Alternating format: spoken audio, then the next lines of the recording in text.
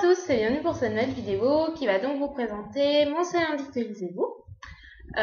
Donc les rendez-vous hebdomadaires où je vous présente les lectures de la semaine, ce que je lis actuellement, ce que je vais lire. Ensuite, alors comme vous pouvez le voir, je suis en gros pull alors qu'il fait un super soleil dehors. Non, en fait voilà, je vous fais la vidéo très rapidement pendant ma pause repas, sinon j'aurai pas le temps de la faire ce soir. Donc voilà, j'espère que la première prise sera la bonne, sinon vous risquez de ne pas avoir la vidéo. Donc avant de commencer la vidéo, je voudrais juste faire un énorme bisou à Arcaléa si elle regarde le début de la vidéo, parce que voilà, j'ai reçu ça dans ma boîte aux lettres en arrivant, en rentrant du boulot. Ils sont vraiment magnifiques. Celui-ci qui est sublime. Voilà, c'est un des meilleurs Artist Life qu'elle avait fait. Et franchement, j'avais trop craqué. Gros coup de cœur pour cette image. Et puis bah voilà, le petit mulet qu'elle m'a envoyé. Voilà, donc gros bisous à elle si tu passes par là. Voilà, alors, cette semaine, ça a été un peu bof, j'ai envie de dire, au niveau des lectures. Non pas au niveau du nombre de livres lus, mais au niveau de la vie globale des lectures. Je vous quittais la semaine dernière avec Elle s'appelait Sarah de Tatiana Dorosnay, publié aux éditions Le Livre de Poche, dont j'ai déjà parlé dans mon bilan, pour ceux qui auraient vu. Et pour ceux qui n'auraient pas vu, j'ai donc un avis un petit peu en demi-teinte de ce livre. Disons que j'ai déjà vu le film et que j'avais donc quelques attentes du livre. Je voulais, par rapport au film, que le livre soit encore plus émouvant, que ce que je n'avais pas aimé dans le film soit peut-être pas forcément repris dans le livre. Ce que je n'avais pas aimé dans le film, c'était principalement en fait le rôle de Kristin Scott Thomas, qui, voilà, c'est pas une actrice que j'aime pas trop son jeu. Je trouve qu'elle est un petit peu trop placide. Et pourtant, je tiens à dire que j'ai totalement identifié Kristin Scott Thomas au personnage qu'elle interprète, Julia Jarmon, avec qui j'ai pas réussi non plus du tout à m'attacher, que j'ai pas réussi à saisir. J'ai trouvé Julia Jarmon très placide, très notamment au début. Oh, les 100 premières pages, franchement, je vous cacherai pas qu'elle me saoulait complètement.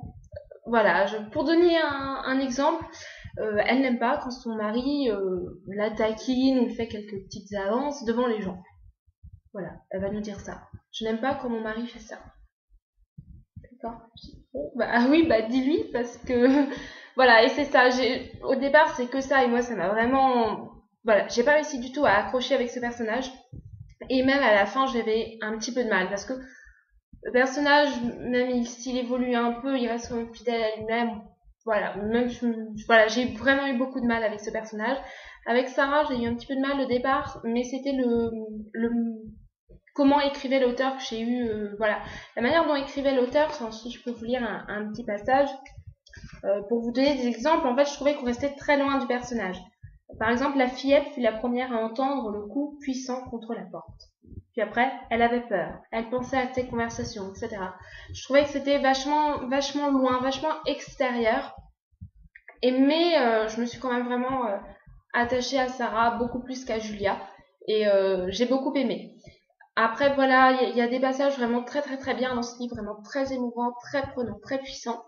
Et puis il y a ceux avec Julia, qui parfois sont très longs et très ennuyants.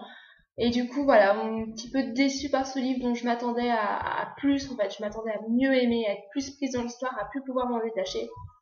Et au final, je me suis forcée à lire plus que je n'ai apprécié ma lecture. En tout cas, au début, c'était vraiment, je me force à lire, parce que je n'arrivais pas à accrocher. Donc voilà pour ma première lecture de la semaine. J'ai enchaîné avec le tome 1 d'Anita Blake, donc Plaisir coupable de Laurel K. Hamilton, publié aux éditions Milady. Donc je lisais pour une lecture commune que j'organisais en fait pour le 9 mai, enfin, que j'organise toujours d'ailleurs si ça vous intéresse. Donc c'est pour jeudi, voilà, la chronique des Catarones pour jeudi. Et je vous cache pas que je vais avoir du mal à écrire une chronique parce que j'ai abandonné le livre. J'ai abandonné au bout de 200 pages. Voilà, hein, j'avais déjà quelques a priori sur cette série, voilà, j'étais pas plus motivée que ça pour la commencer, mais c'était un cadeau. Et voilà, c'est Michiko qui nous a offert, et elle m'a offert certains livres qui ne me tentaient pas à la base, et qui en fait ont été d'excellentes découvertes, comme Les Vampires de Chicago.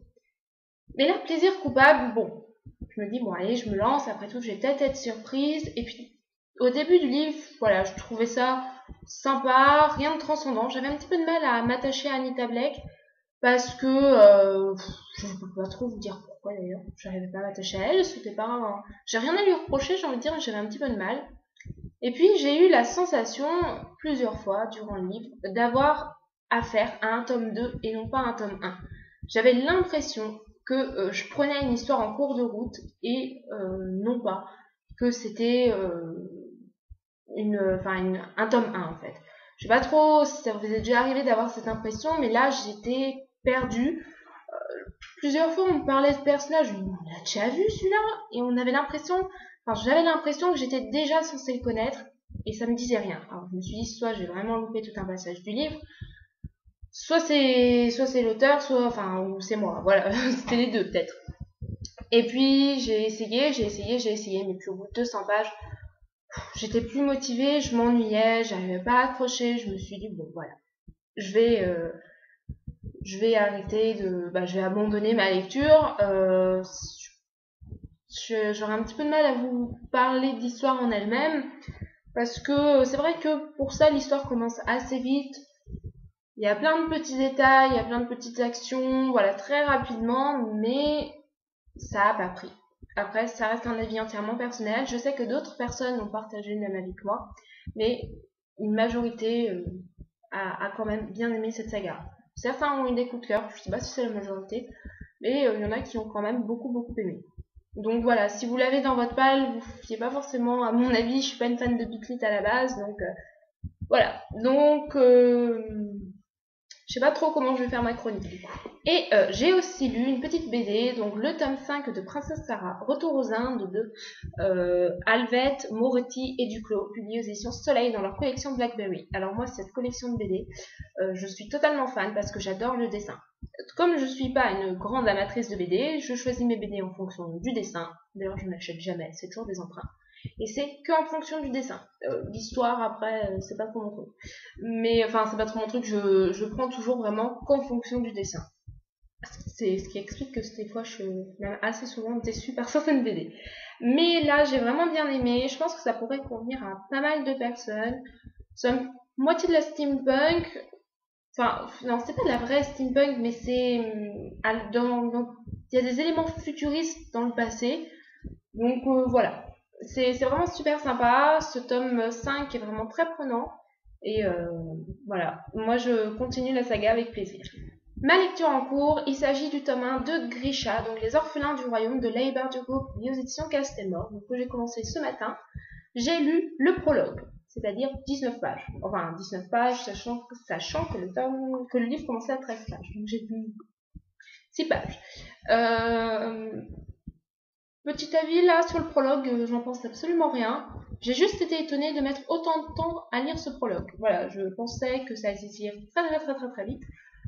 Et en fait, non, j'ai quasiment mis, j'ai pas envie de vous dire 10 minutes, mais 7-8 minutes à lire 6 pages. Donc comme c'était ce matin, peut-être que j'étais pas bien réveillée non plus. Mais voilà, en tout cas, bon, à voir, je vous ferai un avis plus détaillé la semaine prochaine. Alors qu'est-ce que je me prévois? Je vais juste me prévoir 2 livres parce que je vais pas vous en prévoir 35 pour vous les remontrer la semaine prochaine. J'ai bien envie de lire le tome 1 de l'Elfe de Lune, qui avant s'appelait Luna, donc La Cité Maudite de Élodie Tirel, publié aux éditions Michel Quintin, parce que le salon du livre de Saint-Malo, étonnant voyageur, se déroule le 20 mai, moi j'y vais le 19, mais voilà, et l'auteur est censé être là sur le salon, je sais pas si elle y sera le 19, mais du coup, vu que je compte aller la voir parce qu'on a toute la saga et qu'on compte se faire dédicacer tous les tomes, plus la nouvelle saga qu'on a commencé, bref, j'avais envie de lire au moins le tome 1 pour pouvoir en parler avec elle, surtout que c'est quelqu'un que j'ai rencontré l'année dernière, qui est super sympa, et voilà, j'aurais très plaisir à retourner la voir. Donc c'est une saga qui comportera 12 ou 13 tomes, je sais plus. Le tome 11 vient de paraître, et il y en a 12 ou 13. J'ai demandé à l'auteur l'année dernière, mais j'ai oublié. Et la deuxième prévision, il s'agit du tome 2 de la sélection L'élite de Caracas, publiée aux éditions Robert Laffont dans leur collection R, donc que je lirai mercredi. Précisément mercredi. Non mais parce qu'en fait j'ai mes jours de congé mercredi et jeudi, et comme je sais qu'une fois lancé je pourrais plus en sortir, je me suis dit voilà, là j'ai 2 jours d'affilée en pouvant me coucher super tard, c'est pas grave parce que j'ai repos le lendemain. Donc tant qu'à faire, voilà, je vais me programmer ce livre. Donc voilà pour la vidéo. Je vais vous faire de gros bisous. Je vous dis de bien profiter du soleil, surtout pour les gens qui travaillent, qui sont enfermés, qui ne voient pas le soleil de la journée. Un peu comme moi. Voilà, donc je vous fais de gros bisous, je vous souhaite de bonnes lectures, et puis bah à lundi prochain. Bisous bisous.